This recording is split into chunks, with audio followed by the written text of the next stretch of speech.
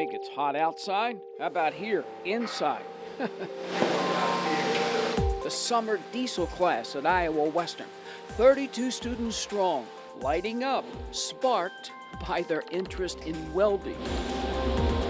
All of our trades kind of tying together. So these guys, when they go out to automotive and diesel, they might have to do some welding. So we're introducing them to some of the basic concepts. Basically form a pool. Some of them probably have welded on a farm somewhere. Some of them have probably welded in the industry already. And some of them have maybe only ever seen it on social media somewhere. Have you had any wow moments like, man, I didn't know that? Yeah, especially in the classroom, there's been a few times where I'm like, wow, I did not learn that in high school, and then I had to teach myself. TIG, stick, wire, there's different types of it. Welding. Yeah. You're learning them all.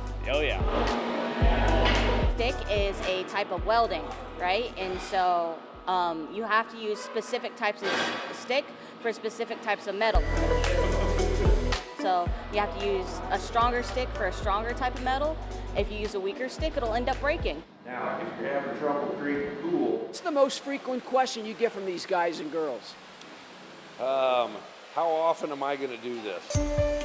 How often am I going to have to weld something or have to run a torch or have to cut something?